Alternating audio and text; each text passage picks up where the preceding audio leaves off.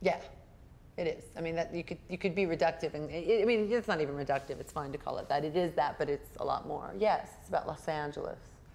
It's in that tradition of rock records that people write about Los Angeles, which I think is a grand tradition, from your sort of Fleetwood Mac, Don Henley, from your X to your Jane's Addiction.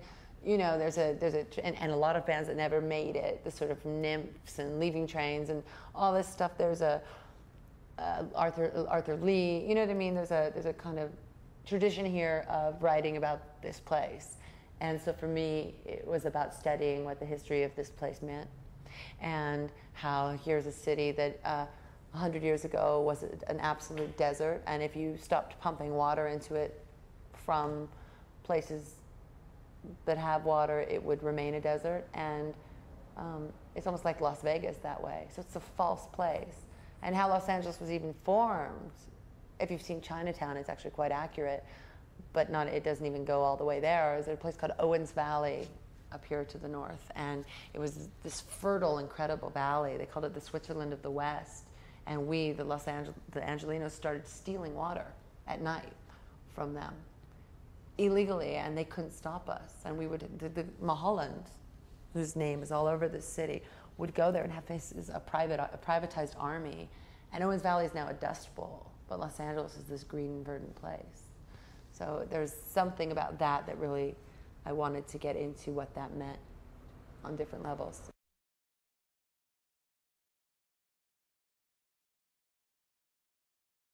Oysters, lots of them. The best, I don't know. I think the best feeling for me was like we wrote Northern Star and Heaven Tonight in the studio, and the feeling of accomplishment after those two songs were done, feeling like the album was complete now. Those were the last two songs written. Yeah, so that was like the highlight.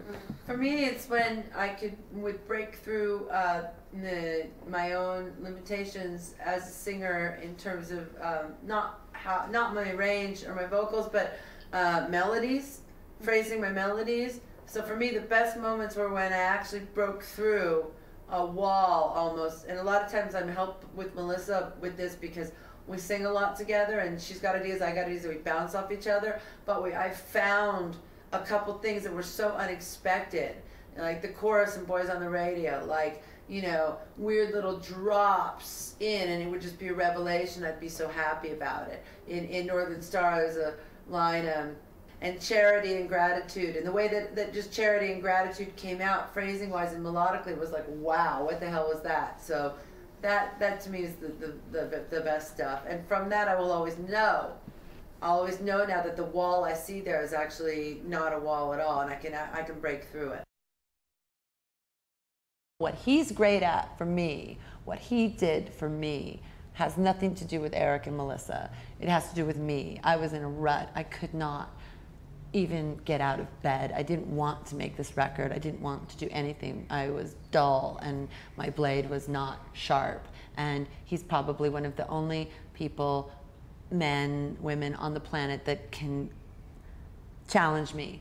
And my craft was at this place, and Eric and Melissa and Patty couldn't help me. They couldn't help me. They all have brilliance and craft, but because I'm in a band within a family context with them, they weren't outsiders enough to really just help me.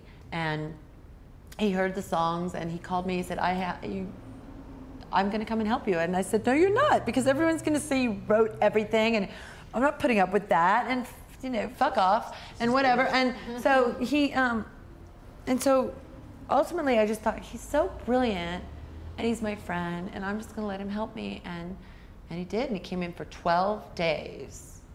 A very intense 12 days, but 12 days. So 12 days out of 4 years is what you're talking about. Very intense, brilliant 12 days where my head was bleeding because it was like a math teacher who wouldn't give you the answers but was making you solve the problems yourself. And he came in, and Eric already is very brilliant, so the two of them had a great time together on some of this composition. But for phrasing, I mean, he wouldn't give me the answer. He wasn't like, I wish he had, because it would have made it easier.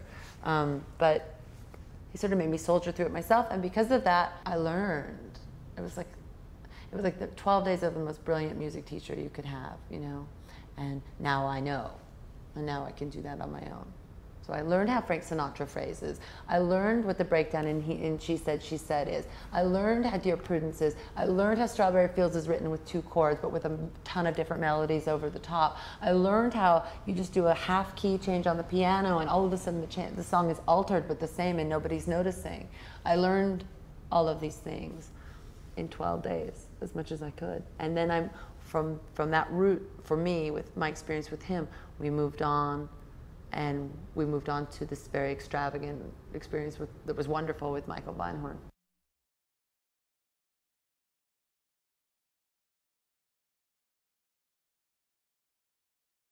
We've always been very, very ambitious about what to do with music, and we've always pushed it as far as we can. And when you look back at who we came up with and who, everything from me at 15 with Julian Cope to the people that me and Eric started with in the Vans years and years ago, there's literally, from America anyway, in terms of people that have survived and been ambitious about it, there's the Smashing Pumpkins. I can't think of anybody else really that's gone through it. It's made each one better, and it's still a really, obnoxious, if you will, confident sense of leadership about, I want to write a classic rock record.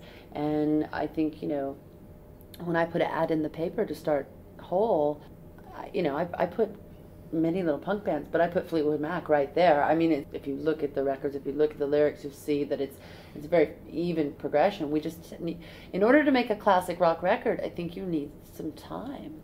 And I think you should, it's sad when really talented bands have to rush back into the studio, because I'm missing records that I should be getting.